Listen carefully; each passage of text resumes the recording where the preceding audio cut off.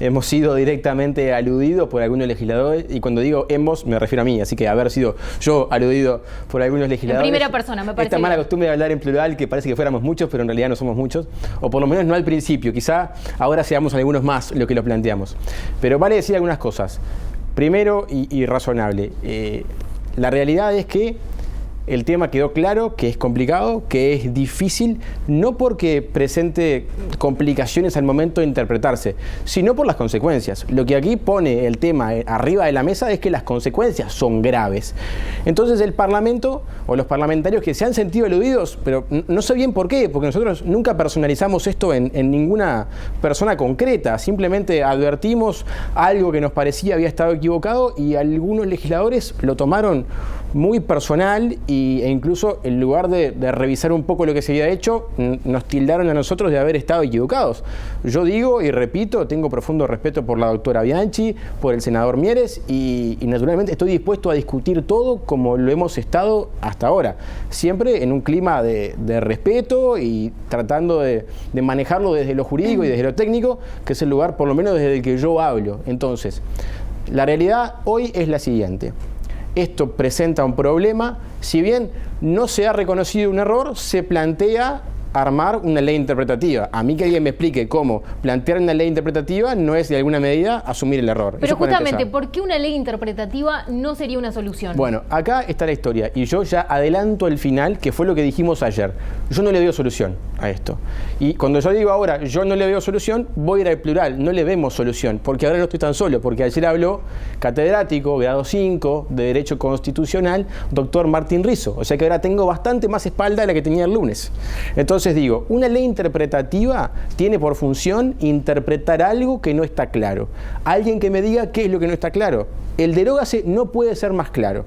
Entonces, así como le tengo un enorme respeto, cariño y amistad con el doctor Carlos Negro, le digo que yo no elijo cómo interpreto las leyes. La norma me dice cómo interpreto las leyes y lo primero que hago es interpretar la ley en su sentido literal y obvio. Y si eso deja dudas, voy al espíritu y a la intención del legislador. A mí que me expliquen qué dudas deja la palabra derógase. Estamos tratando de resolver esto por las consecuencias y no por lo que por derecho corresponde. A mí no me cabe ninguna duda que el delito de lavado se derogó, que los procesamientos caen, que las cosas incautadas hay que devolverlas y que hay que negar las extradiciones. Justamente, eso dejas un pie a un tema central. El Estado uruguayo ahora, de continuar esta situación, ¿tendría que devolver todos los bienes que fueron incautados por casos de lavado ya procesados? Sí, yo creo que no tiene dos lecturas. Yo entiendo que es grave. Ahora, yo no puedo ponerle nota a la gravedad del asunto y en base a eso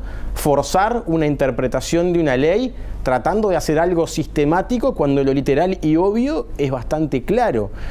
Incluso los operadores del Poder Judicial que han hablado estos días, fiscal y jueces de crimen organizado, han dicho y han reconocido que la palabra deroga se complica, que es un error, pero que se debe interpretar por la intención. Y yo le repito, uno interpreta por la intención cuando el sentido literal no es claro, y en este caso es claro. Entonces yo no sé cómo van a explicar, porque en el caso que está planteado ya esto formalmente fue apelado.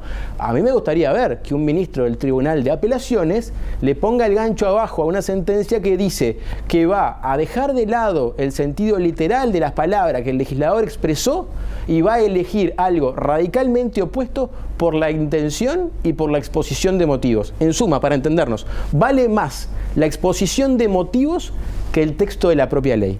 Para finalizar, ¿qué pasa, Andrés, si prima esta interpretación que está haciendo, que están haciendo algunos jueces o algunos fiscales de que hay que interpretar lo que quisieron decir los legisladores cuando derogaron esos artículos de la ley de lavado? Y la realidad es que lo que ocurre cuando un país o la justicia o algún poder del Estado se desvía de los parámetros constitucionales o legales, en este caso los que implican cómo se interpretan las leyes, las personas afectadas podrán acudir a un organismo internacional, la Comisión Interamericana de Derechos Humanos de la OEA, para que trate de apercibir a Uruguay al cumplimiento de la ley. Esto no es nuevo, ¿no? Lo hicieron los funcionarios judiciales en una gran cantidad, fueron a pedir que un error legislativo no tuvieran que asumirlo ellos, sino que lo asumiera quien cometió el error. Y el Poder Legislativo es parte del Estado, es decir, el Estado comete un error, lo tiene que asumir. A ver, yo no digo que las personas no se puedan equivocar, de hecho, nosotros lo advertimos ahora y no antes.